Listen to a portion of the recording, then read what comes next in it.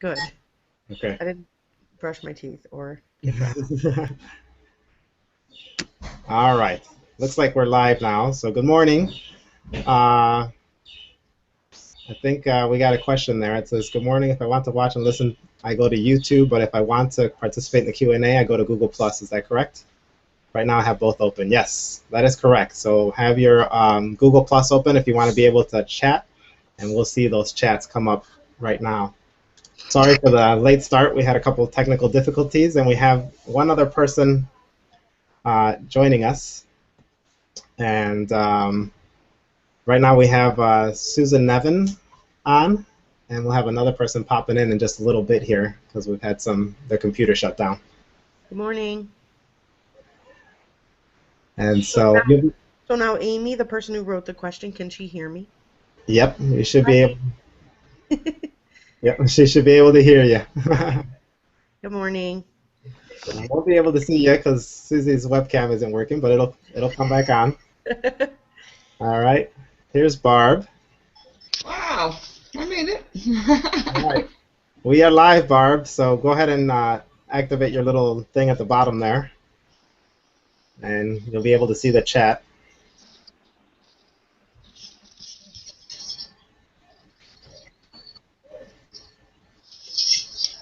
Alrighty.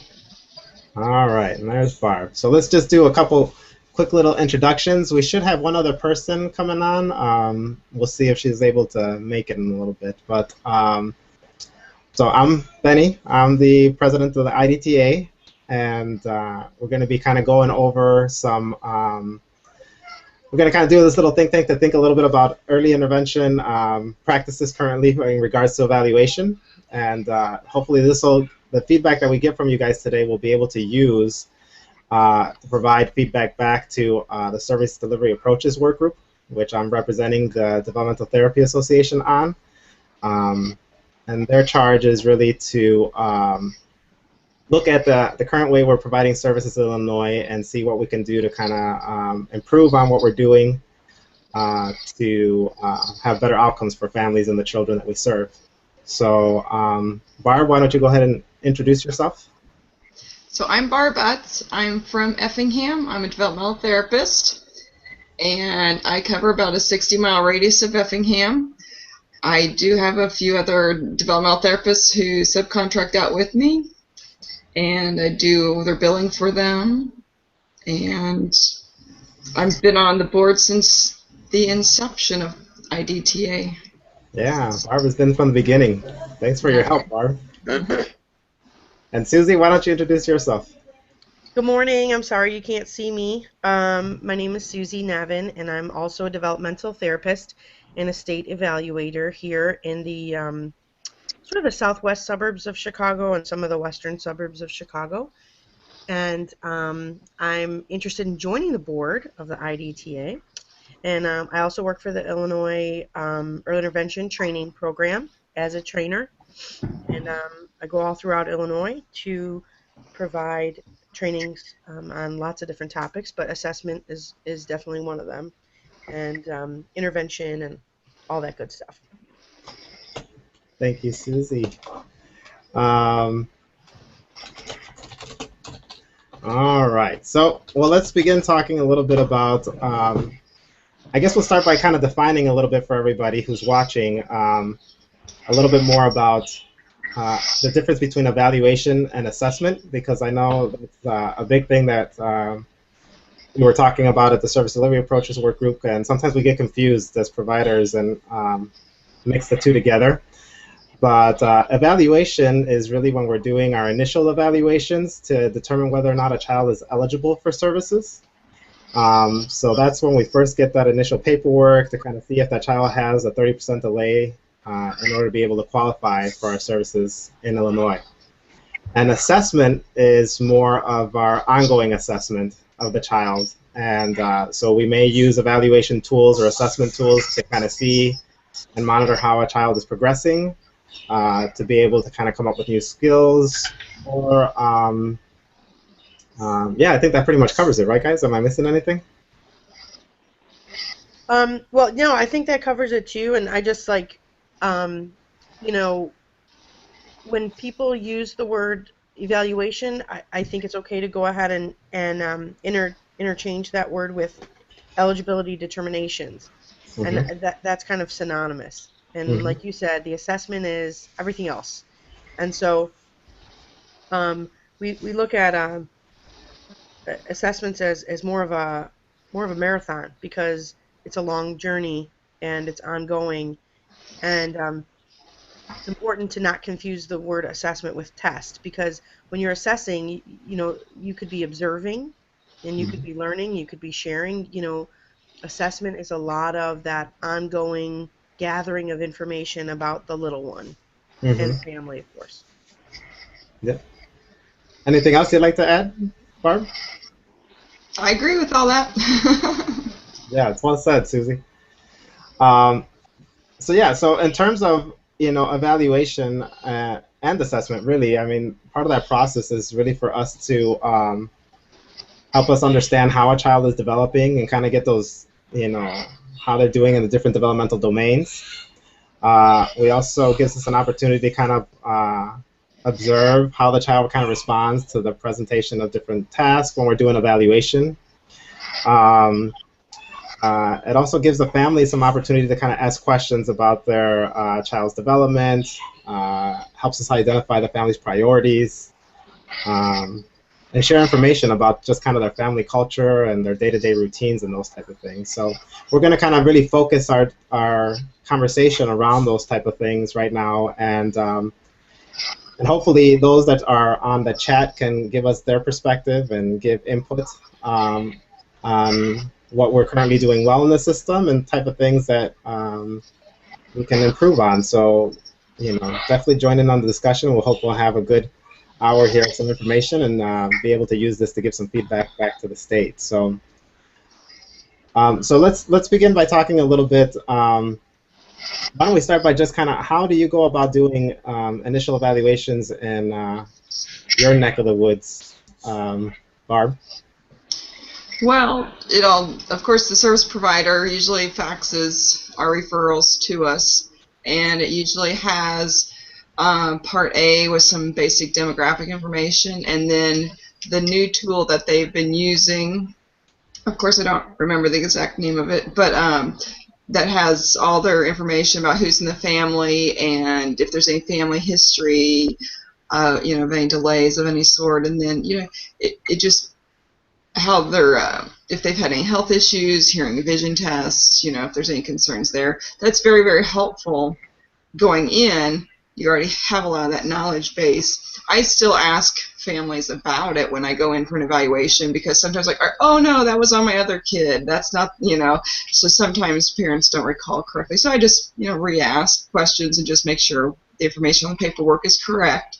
But the biggest struggle we have down here is getting a hold of a lot of families, just because they're out in such rural areas. I might drive an hour and a half just to go see one child, and just because they're out in such a rural area, and they might not have a phone, or might not have, obviously no computer, or maybe they only text, or they can only get so many texts per month. So that 2-week time frame sometimes can be a challenge, because I might have to send them a letter and wait for them to respond somehow to me, and then by the time we can get something set up, that 2-week time could almost already be up. So that's that's kind of how it goes around here. But in the ideal situation, I can call them up and we schedule an appointment, and I go and I spend the whatever amount of time it takes to do the evaluation and come back and write it up and fax it off. So you on your end then you were talking about the routine-based interview is the thing that you get where it's got all the thing about the priorities, routines, and those type of things. Right. Mm-hmm. And the 2-week time frame that you're talking about is the 2 weeks that we have on our authorization from the time we get the referral and the authorization to complete the evaluation and write up the report. Is that right? Right. Right. And so I could see that being a challenge if it has to be, where it takes a little bit to get a hold of the family. That could be kind of difficult. Yeah. Yeah. Do you do your evaluations on teams, or do you do them individually? Majority of the time, it's individually. I have a couple of speech therapists that I work with, and that's the majority because we've only got just a couple of PTs that cover our areas, and I don't think we have any occupational therapists right now in our area at all. So the PTs, the physical therapists, would be very hard to get a hold of to schedule anything with because they're so busy. But there's a couple speech therapists and I who do try to combine and go together. But other than that, it's probably 90% on our own that we do our evaluations. Okay. Susie, how about for you? What are evaluations, initial evaluations like for you? So of course, it depends on the CFC office that we work with. One of the offices uses evaluation teams, and they have little time slots reserved for each team, and then they match the family up with whatever team they feel would fit best in given the family's needs. And the service coordinator, after they do the intake, will fill out all the paperwork and then fax it over to everyone on the team. And then the time is already set. You know, they know that it's Tuesday at 10 or, you know, Friday at 3. And as the family at the intake will sign up for that particular time slot, and because it works best for them. And then the service coordinator sends all the paperwork to this team, and then we gather it and read through it, and then everybody meets at the family's home. So it is a team evaluation unless the family requests otherwise. And yeah, we start by reviewing the information, making sure we have everything accurate, just like Barb said, clarifying anything, and of course, lots of introductions. And when we do trainings, I try to remind everybody that just saying, like, I'm Jen, I'm the PT, and I'm Kate, I'm the OT, that's not quite enough of an introduction for the family. So even saying OT, they might not know what that stands for, so we try to make sure they understand, you know, physical therapist, occupational therapist, and then taking it beyond that, what is an occupational therapist? What do they do? Why are they in your house? What specifically will they be looking for when observing your child? And especially with developmental therapists, guys, what I find is, you know, if the referral is for speech, then they have obviously invited a speech therapist into their home. And then I show up as the DT and I start chatting with the family. And I wonder if they ever think now, who are you and why are you here? Because you're not a speech therapist and that's what we need. And I start talking to them about feeding and sleeping and, you know, eye contact and social skills and play skills, and do they like playing with kitchens and trucks and dolls? And they're probably like, you know, sometimes, can we get back to the vocabulary and how many words they have, because that's why I called. So I always try real hard to make sure the family understands why developmental therapists are there. You know, to look at that global piece, to look at all areas of development. And so we spend some time with the family, we observe the child, we play, and we do any wrap-up questions we have at the end. Sometimes we might watch them eat a snack. And then the service coordinator sometimes comes right away, and we have the IFSP meeting as a team. And then other times, depending on the CFC, we wait a week, and then we go out a week later and do the IFSP meeting at that time. Let's see, what else? That is just for that one particular CFC, though. And with other CFCs that I work with, and what we do is they will call me specifically and say, I have a family that I think you would be perfect for. And this is the name of the OT and PT who are also going to be working with that family. If you would like to call them, go ahead. And then I call up the family and schedule the evaluation by myself. I go out on my own. I do the eval, and then I come home and write the report, and then we all convene at the meeting together a week or so later. So I like certain things about each approach. Yeah, and I think, you know, we just got a comment from Barbara Gilman here, and and it says that she personally doesn't like the team approach. It's too hard to gather all information with so many people there, and also not able to get different perspectives of the child. Also, not every child needs a whole team to evaluate them. And so, definitely, I mean, you were saying, I think there's different strengths and challenges in both approaches. You know, I myself, I've done both. Um, Primarily, I do the approach. I work out of CFC 5, so that's kind of the DuPage County area, and so most of my evaluations are done in that area, so the Chicago suburbs, the western suburbs, and that's what we do. We do kind of that ladder that Susie had explained, or Barbara or Barb had explained initially. Is I will get a referral. Actually, I get a phone call first saying, "Hey, you know, we have an IFSP, an evaluation. We need a DT eval for. The child is scheduled for an IFSP meeting on, you know, let's say June, 30th at, 3 p.m. Can you make that?"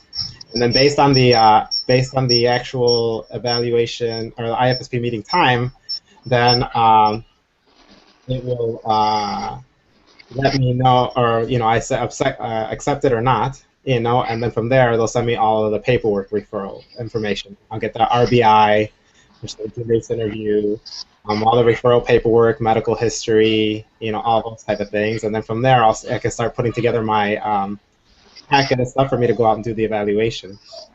So for both you, Barb and Susie, I mean, what do you think are the benefits of doing, let's say a team approach? Let's start with that. Because I know in a large portion of the state they do kind of these team evaluations or arena assessments.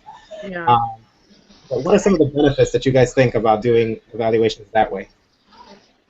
One of the, I always try to look at it from the family's perspective first, and I know sometimes with families that have jobs, they find it difficult to take time off work to do maybe 3 separate evals plus the IFSP meeting.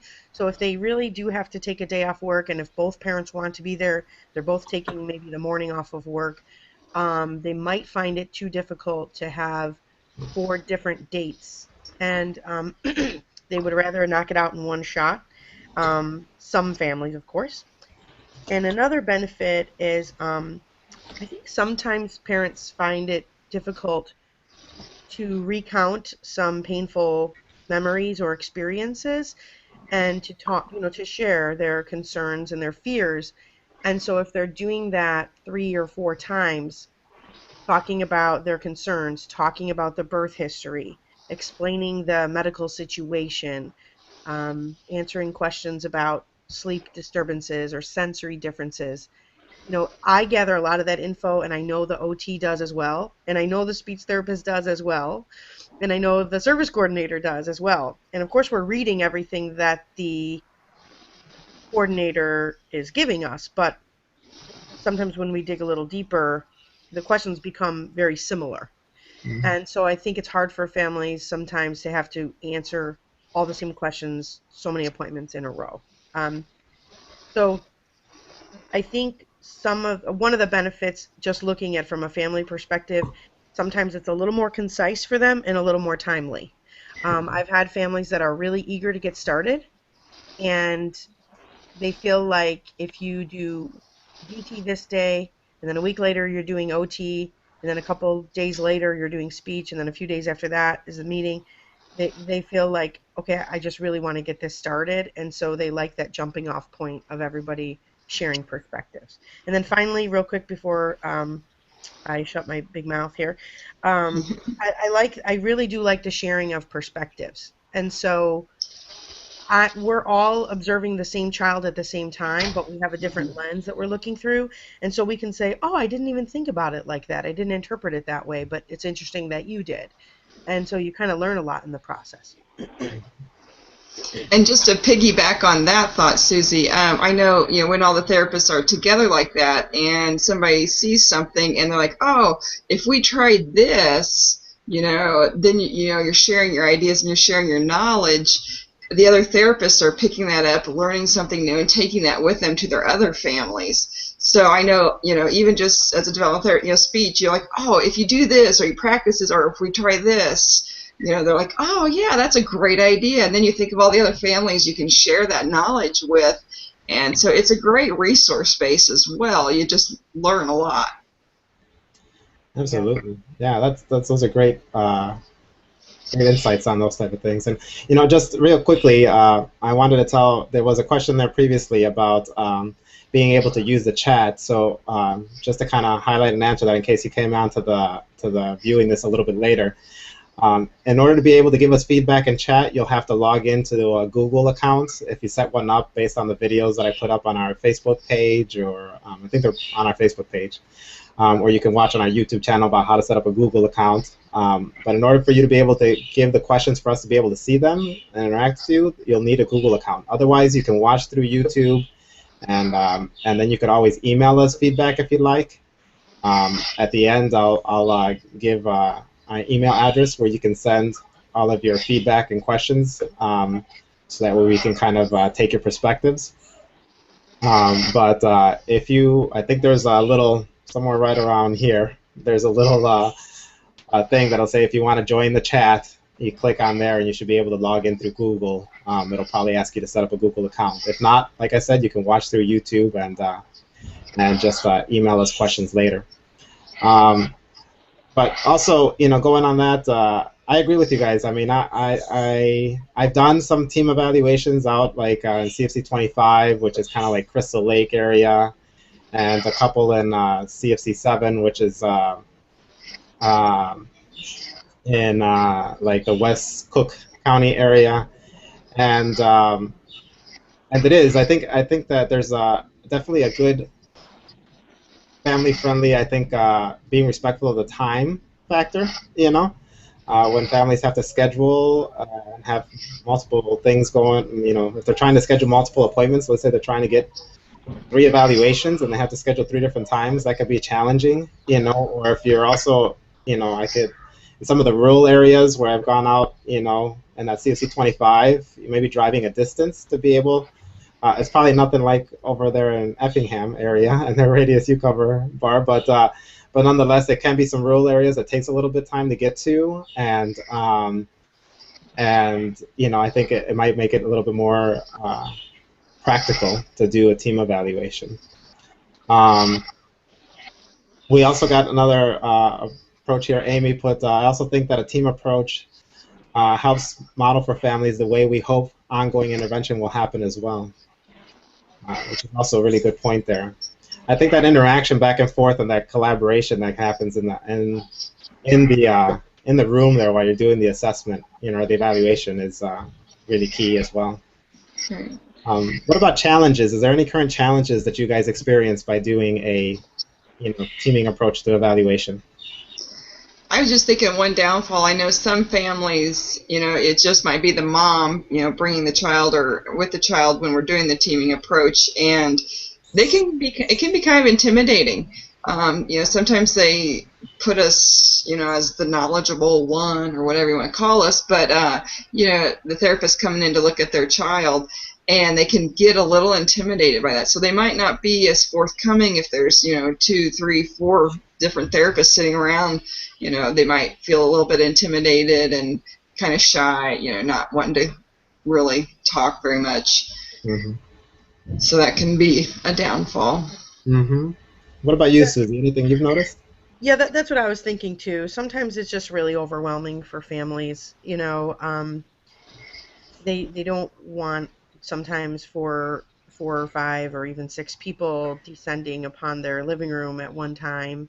I had a situation where you had 5 different professionals and everybody had a really big bag of stuff.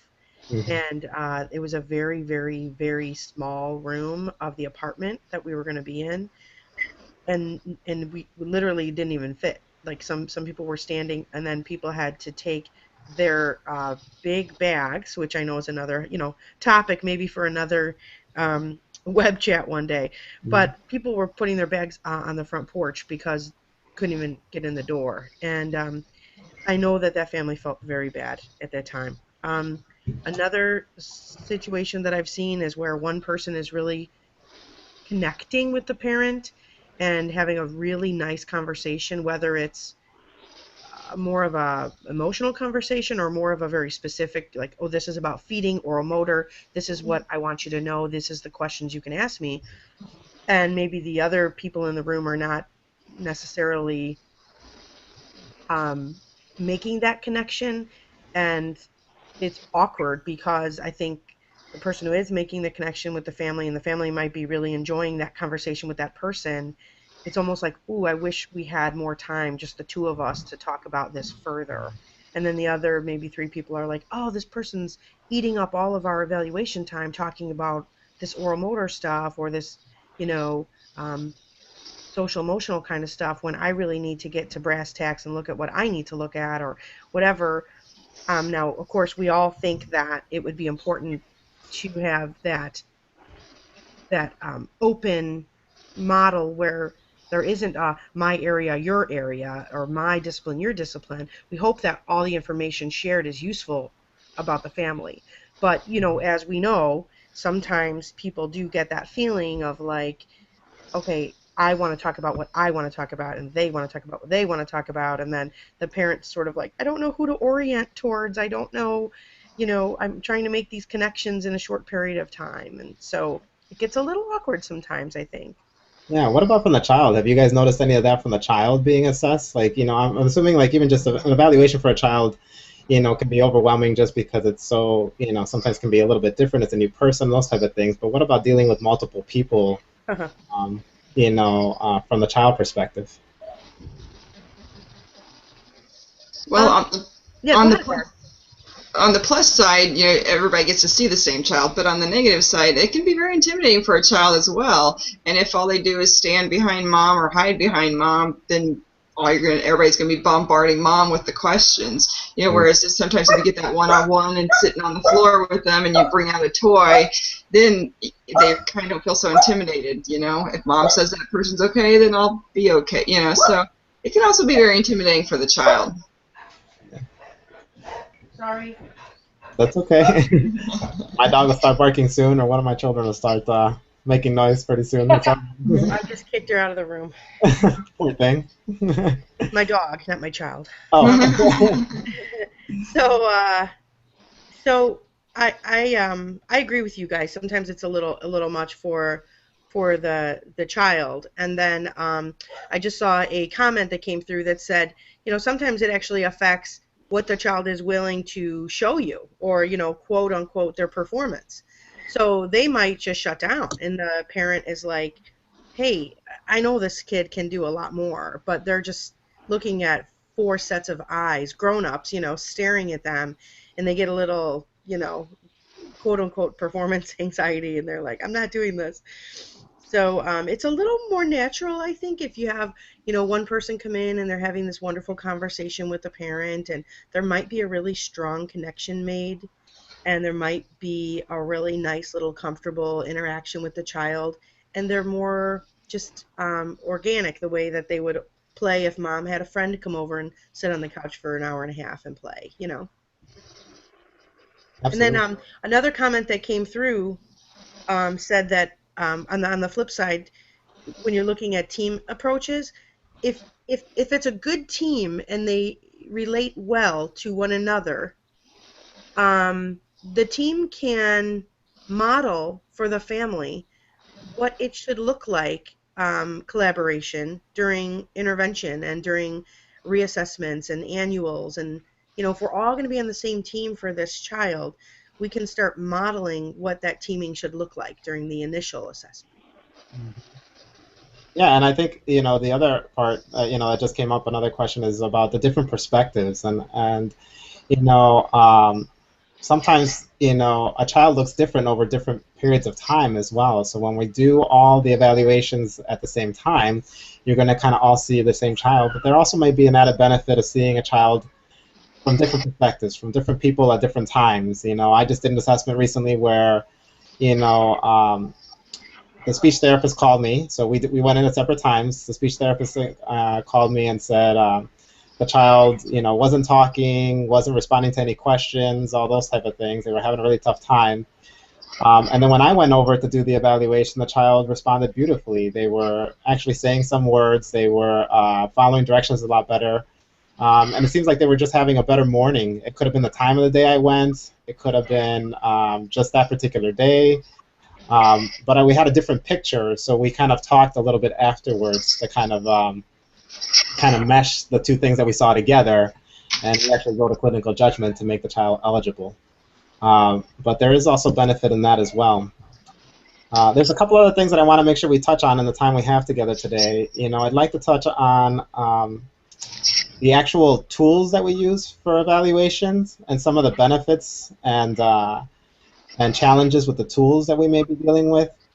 And then also I'd like to talk a little bit about the intake information, any challenges or things that we're doing well currently, strengths in terms of gaining that information and using it.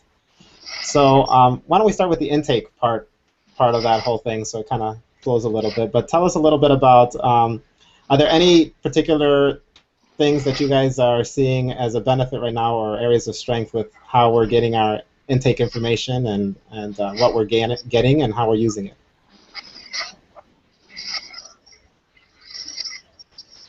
Barb, why don't you start? Okay. So really I get the Part A, which just has the basic demographic information. I get the, what did you just call it? The RBI. The RBI. I get that. And the summary part, it's like 26 pages long or something like that, but I get the summary part of it. And then I get the authorization for myself, and then I get the information release forms between me and the CFC. So many times I don't know who any of the other providers who are picked are.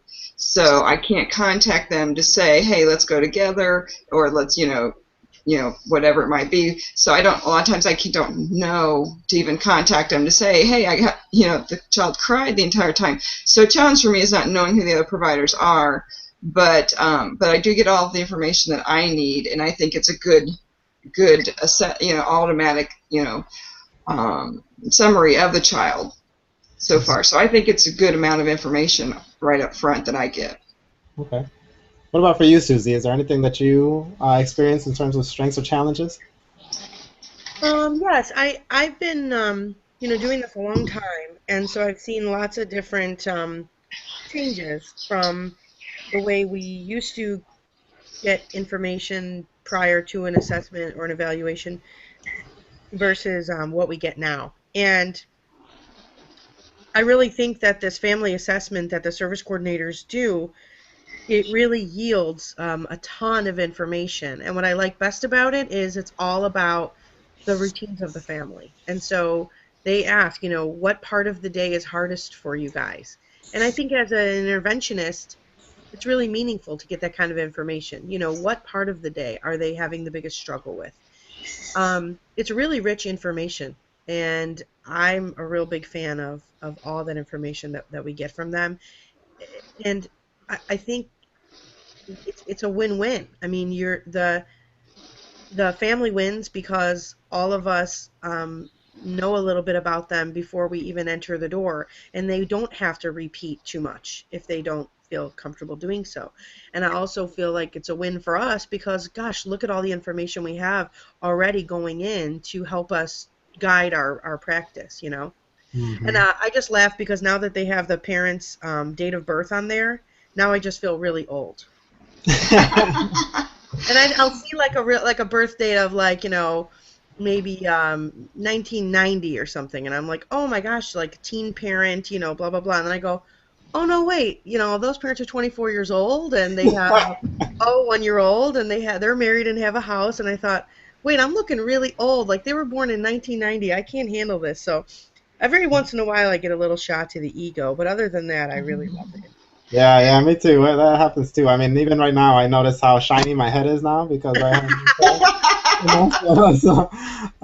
So yeah, I mean, I get that feeling too. I agree with you guys, though. I really enjoy, we got another comment here about the RBI, and that has been a great thing. I think initially it was just we had to kind of iron out a couple little details. People had to kind of make sure they were sending them on a regular basis, but now it seems like for me, I'm getting them on a regular basis. Well, and to be honest, it depends on the CFC that I'm working at or doing the eval for. Sometimes in certain CFCs, I may not get them, or people, when I ask the service coordinator for it, they say, "Oh, we never really get a request for that." And but it's such good information, and like our comment that Barb had just given, I try to make sure I review that really well and make notes. And Barb also, it sounds like from what I hear on her comment here, will take the information and use that to kind of frame her questions for the evaluation. And I think parents really appreciate it, and it's a nice way not to kind of hash out things over and over again, but that we already come prepared and have the information, and there's continuity from the time that the service coordinator comes in and does their intake interview with families and gets all that information, that they're not rehashing it over and over and over again, but that we come in and maybe expanding on some of those type of things that they identified as challenges or strengths, knowing a little bit more about the child. It's extremely useful. I think the challenge that I see is just trying to make sure that it's being used consistently across the different settings, and that we're getting all the information. I mean, I get that RBI. I do get the sometimes I forgot if it's like a medical enrollment form or something like that, but sometimes there's a form there that'll give me some information about the birth weight. There's another one that comes in that has like an assessment on it that tells me a little bit about some of the pregnancy history. And those can be kind of sketchy whether or not I get them all the time, depending on the CFC. But yeah, I think it's a really nice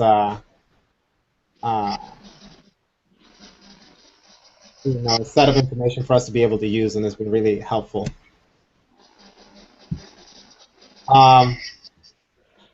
Let's see. What about in terms of let's talk a little bit in terms about the assessment tools, strengths and challenges there.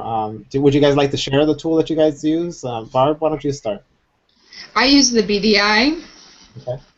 The BDI? Mm-hmm. Okay. Are you using the most recent version, or I think there's like a 1 and 2 or something like that, right? There is a 1 and 2. I prefer the 1, but I do use the 2. Okay. All right. Is there any strengths or challenges with the actual assessment tool and the information you're able to gain from it? I think it's the same with all assessment tools, actually. I mean, I've looked at them all. Some areas they just, don't have very many skill items for a particular age of child, like 7 to 9 months or, 6 to 10 months. So I think, I've looked at different tools, and I haven't found any one in particular that is just strong in every area domain for every age group. So I think, in my opinion, I like the Battelle best, mainly just because I've used it the most, and I can use some questions from maybe the first version to help fill in a few of the gaps for the second version, and just note those in my summaries or in my narrative parts. And they might not count in the score, but at least it's mentioned in there. So I use the Battelle, yeah. Okay. What about you, Susie? I use the Hawaii or the Help. Well, I mean, it's the same tool. I'm just saying. I use the Help, and one of the things I like about it is it's very, very open to interpretation, and it's not standardized, and so there's ways to make a lot of adaptations depending on the needs of the child and the temperament of the child and maybe the mood of the child from that particular day. And it's really thorough. It's a blessing and a curse. There's 685 items on the test. Right. But I always tell people, when I'm training that, you're never evaluating all 685 items. And so if it's a 6-month-old baby, you're not going to go much past that. If it's a 32-month-old child, you're certainly not going to start with holding up their head and prone, a 3 or 4 month skill. So it takes a lot to learn. It takes a lot to learn, but once you figure it out, it's nice, and it's a nice guide. And the scoring definitely is more challenging. I think on a standardized test, it's a little simpler because you have a 1 or a 2 or a 0, and you just kind of add those numbers up, and it yields a result that's a little bit more definitive, which I think people enjoy sometimes, especially for Cornerstone when you have to enter the percentages and the numbers. But at the same time, it's nice that it's a little looser, so that you can say, there's a range here, and you just sort of look at ranges, which I think is more natural for the family, but doesn't help out the service coordinators very much. I think sometimes too there's a little bit of so I use the Mullen scales of early learning, and I'll use I'll use the help as well sometimes. I've been using it more since our help training that we had, uh, and um, and so I use primarily the Mullen, and there's I think it's a standardized tool, and so it is very easy to get scores, and they're very definitive scores and those type of things. So it's a little bit easier to kind of determine whether a child is from a number standpoint eligible or not. You know, um, obviously there's a lot. The numbers really don't tell us everything. There's a lot to do with our own clinical judgment and assessment of the skills, whether or not a child needs assistance or a family needs support around a particular area. But I think that it's helpful to have both perspectives. I know we've had talks before about should we only be using standardized tools to be able to have a child eligible, or is there benefit to some of the other tools there? And so and sometimes too, there's I think the challenge is also getting to know all the different tools that are available and the different strengths and benefits of each one and the information it gives you. Um, I think that could be a challenge too, and I think one of the experiences I've had too when I do like a teaming approach to doing an evaluation is trying to get scores and everything done all right there for me to report with a meeting happening right afterwards. It could be really overwhelming to do that. I've had an evaluation where I did as part of a meeting, and there was a lot of going on. There was a sensory profile being handed out, and and I had my things that I was trying to assess, and with the Mullen, I got to get my T scores and get the cognitive composite put together, and all these different things that I got to do. And I felt really rushed to try and get a score done, at the end right before the meeting, and I couldn't figure everything out, and afterwards, I was kind of shaky. Afterwards, I wasn't even sure if I got a good score and what did I see. And the service coordinator is asking me right away. She's walking in the door and saying, "Okay, is the child eligible?" And to me, it felt a little overwhelming. I think I see another question that we had here by Amy saying something similar to that. Is the challenge of doing an IFSP right after the meeting, and many DTs having the struggle of gathering all the info on a global tool and sharing the information. What are your guys' experience with that? It actually happens quite a bit down here. I think mainly because some of these hard to reach families, and the lack of therapists that we have in our area. When a physical therapist is going to the home, it's sometimes just easier for the service coordinator to say, I'm coming right after you so we can do the meeting. That puts, of course, me at a disadvantage because that meeting wasn't planned ahead of time, and so I have to call in for that meeting, especially if the PT is just squeezing somebody in or doing a favor while she's in town, or so it doesn't always happen the conventional way of having that planned out IFSP meeting. So sometimes they just piggyback on like, oh, we finally got a hold of this family, or we finally found them, and so let's all go at the same time, and then the service coordinator will come a little bit later and do the meeting. I do feel rushed, and it does kind of make you a little nervous. Do I do my numbers right, and do I have everything I needed, and did the service coordinator get everything written down right, because we were in such what seemed like a rush, to get it done. But then on the plus side, again, it's the family only has one time that they have to take out to get it all done, and it does get the ball rolling very quickly for that family. So I can see how it could work for some families, but then, for us therapists, it can be a little nerve-wracking. Yeah. Yeah. What about you, Susie? Do you have any input on that at all? I agree that it's very challenging. When I do trainings and I train the help and some of the, the systems overview and stuff for the newer providers, and a lot of what I hear from newer providers is like, oh my gosh, you've got to be kidding me. How am I expected to go through and score this whole thing and process all the information I just gathered and share it right now? Like, the doorbell's ringing right now. The service coordinator is here, and I'm not even ready to go. And it feels like there's a spotlight on them, and they haven't caught their breath yet. And I think that can be a challenge when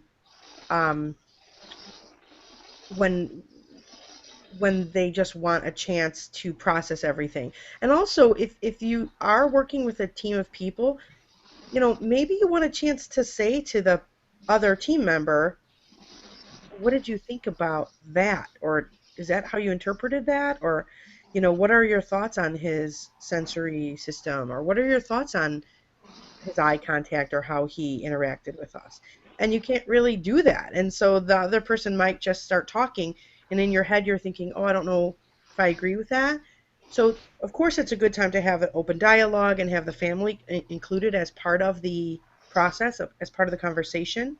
But there are times where it is nice to touch base with team members prior to the meeting and being able to, work out some of those professional kinks and then present yourselves as a nice, organized, united front when you're helping to support a family. Mm-hmm. So I don't know. I do see that it can be challenging for people to jump right into that mode.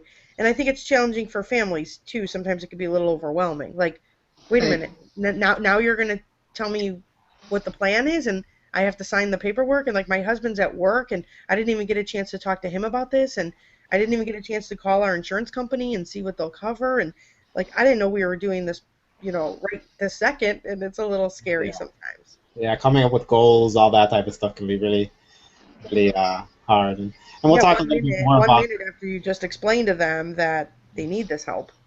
Right. Yeah, and we'll spend a little bit. Our next think tank that we're going to have, we'll spend some time really reviewing IFSP development and that process of kind of coming up with goals and coming up with challenges and kind of wishes or visions for what we'd like to kind of see.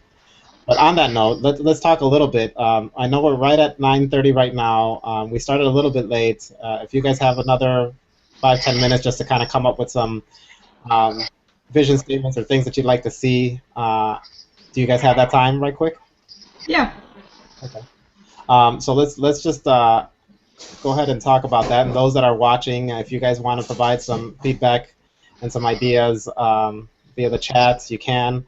But one of the things that I'd like to kind of think about, given having this perspective of how big the state of Illinois is, with all the different how you experience it, Barb, and some of the unique challenges that you have. If we're making something that's going recommendations that would be for the whole state, what would that be? I mean, if you had like 3 wishes for the future of evaluations and how we did them in early intervention in Illinois, what would that be? What would you like to see us begin to do better or continue to do? So, Barb, why don't you start? My first one would be, I'd like to say consistency between the CFCs, but I know every area is different, and so you can't treat everything different. But like you said, like some intake information you get, sometimes you get about the birth weight page. Some CFCs don't send me the RBI, and I have to ask for it. So even if they all send the exact same information for every therapist to start off with, That would just be such, to me, a good point, because if I got paperwork and the speech therapist didn't, and we have different information about a child, so just if I go to one town and I have information, I go to another town, I don't have the information. So consistency, that doesn't mean they have to interpret everything the same, or they have to do everything the same, but just handing out the same paperwork would be great, in my opinion. Yeah. Anything else? That was the first one that popped into my head, was the consistency. What about you, Susie? Yeah. Can you rephrase the question for me, because I just lost it. It went out of my head. So what we want to do is try and kind of come up with some vision statements or some ideas. So if you had, like, say, 3 wishes for the future of evaluations in Illinois, keeping in mind it'd be a recommendation that we would make, or a vision that we would have for the whole state to adopt, given all the different unique challenges that we have in the different parts of the state and the different things that we have to kind of work with. What would those be? What would be your kind of 3 wishes, or in an ideal situation with no constraints, what would it be for you to for the evaluation process? Wow. I agree. First of all, I do agree with Barb, consistency. I do think if things were just a little more streamlined and a little more consistent across the state of Illinois, I think we would just be a little more unified, and things would be a little more organized. So I agree with that. Even within one CFC, service coordinators handle meetings differently. And so you have one coordinator do it one way, and then the very same CFC with the same manager and everything, a day later, is a whole different meeting. So that's part of it. I would also like to see, really true family focus. I would like to see ways that we can tailor the meetings and the assessments and the evaluations to that one particular family that you're working with, so that when you're doing an IFSP document, that all of the strategies are not exactly the same for every child. So the strategies don't just list prompting, modeling, cueing, tactile cues, visual aids, positive reinforcement, family education, home program, positioning, blah, blah, blah, blah. I think every strategy is the same for so many different families. And then when you go to the annual review, it's still the same strategies. And for me, I think that the strategy should be very specific to what the family's priority was, based on that, what they said at the intake for their routines that aren't working really well. So, for example, if they have a really hard time at meal times, or a really hard time getting ready to put the child to bed for the night, and everybody struggles, then I would like to see those strategies look very specific to little Billy and the Johnson family and their particular bedtime routine, and maybe have Sister Kate, come in with 2 special stuffed animals at bedtime, or, like little ways to personalize or make them a little more geared towards exactly what the family's priorities are. And then I think better opportunities for providers to connect and collaborate. I do think that right now there's a lot of independent providers, and sometimes you go to an annual review and the team is introducing themselves, like, oh, it's nice to meet you. Yeah. But they've all been working with the same child for a year or 6 months or 9 months, and they're just saying now, like, nice to meet you. And so if there are ways that we can support even more than just IFSP development time, but ways that we can support all of the people on the team coming together and collaborating and really focusing on the family, I think that'll be better. So I think continuing to focus on the family friendliness and individualizing each plan, instead of having every plan look the same, like use more words in order to communicate, or, pay attention so we can learn. Like, I want to go beyond that, a little more deep and a little more specific to each family. Yeah. And then rewards and built-in opportunities for collaboration among the team members.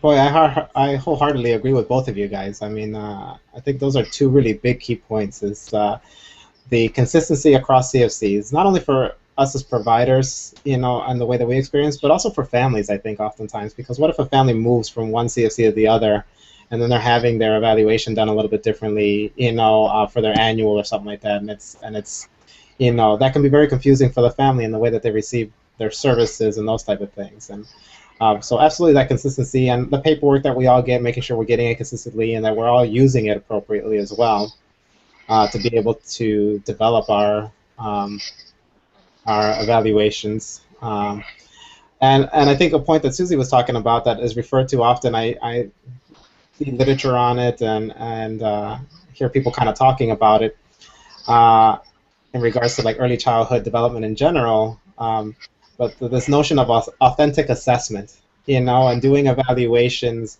in a manner that really give you good, solid information that's customized specifically to that child and that family. Oftentimes I feel like with the evaluations, my focus is so much on the skills on the tests. Did they stack these blocks? Did they, do the 4-piece puzzle? Do they know body parts? All those type of things. And when I sit back and reflect on thinking about what information did that give me, depends on where my focus is. Oftentimes, if I'm focusing a lot on all those tiny little bit skills, I learn that they can do those skills at that period of time, but I really don't know how it's impacting that child's, ability to kind of do other things in their daily routines, or some of the things that the family are really struggling with. Sometimes stacking those blocks or doing those puzzles are not the things that are important to families. Sometimes it's, they're really struggling with, bedtime, or they're really struggling with mealtime, or they can't get their child out in the community because of their child's sensory issues, and they can't enjoy day-to-day life experiences. And so I would really like for my evaluations to be able to give me the flexibility to be able to focus on those things, so that I can really have a good starting point and then develop some of those really nice customized IFSPs that Susie was talking about that are really unique to a particular family and what they need. There's a couple other things that I'm going to touch on real quickly that we had as comments. One of them was in terms of the billing process and waiting over a month and a half to be paid for one evaluation. I'm not sure I'm really clear on what part of that process. It might be just the reimbursement process, but that Barbara and her comment was referring to. But if you want to post another one, Barbara, and let us know specifically if there's something about the billing process, whether it's the use of your billing system or authorizations or some of those type of things, we can definitely go into that a little bit more. One of the other things that was commented is if we've looked at any of the DEC recommended practices that might, Amy posted a little information about that, and under some of the assessment section of those recommended practices, it might be helpful to kind of add to our wish list. And I'm not sure if you guys are all familiar with the DEC recommended practices, but definitely look them up. I think they're posted on our Facebook page, and read through them.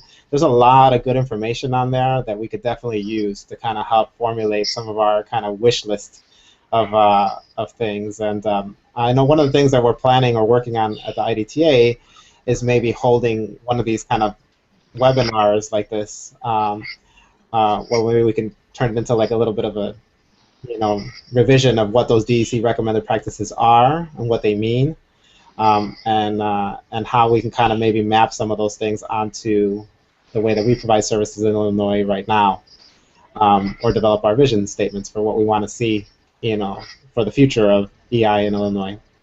So, so definitely we'll take a look at those. If you guys in the audience haven't looked at them, definitely find them on our webpage. We'll try and put a post on them, again, recent, so you don't have to dig too far on our Facebook or on our webpage to find the information. So any other comments or questions? No? Nope. No? All right. Well, listen, I appreciate you guys getting on here and taking the time. Thank you, Barb and Susie, for taking the time this morning. And for all of you guys that are watching, thank you for participating. And um, this chat will be available on our YouTube channel for people to watch afterwards. And like I said, if you guys have other comments or feedback that you want to give us, email us at info, I-N-F-O, at Illinois, and that's Illinois is the whole word written out, and then it's DTA.org, and that's D as in David, T as in Thomas, A as in Apple.org. So it's info at IllinoisDTA.org. Well, I don't know why we got so many long email addresses, but that's the way we have it. So yeah, so send us an email at info at IllinoisDTA.org. You can find it on our webpage on the Contact Us section, and feel free to send us your comments, and we'll post this video for people to be able to watch, and that way you guys can send us comments afterwards, and that'll give me a good, nice, broad perspective of everybody's what everybody's kind of dealing with. So when I'm sitting there at the table, kind of helping, develop ideas around evaluation or any part of the system, I can have the broad perspective instead of kind of just seeing it through my lens and some of the things that I experience and early intervention, because I know that's just not the reality. So I appreciate your guys' time, and thank you. Thank you, Benny. We appreciate what you're doing too. It's great. Exactly. You're welcome. I hope everybody enjoys this, and so have a great rest of the day. Enjoy those sessions and those families, and well, it's Monday. Enjoy. All right. Take care, everybody. Okay. Bye-bye.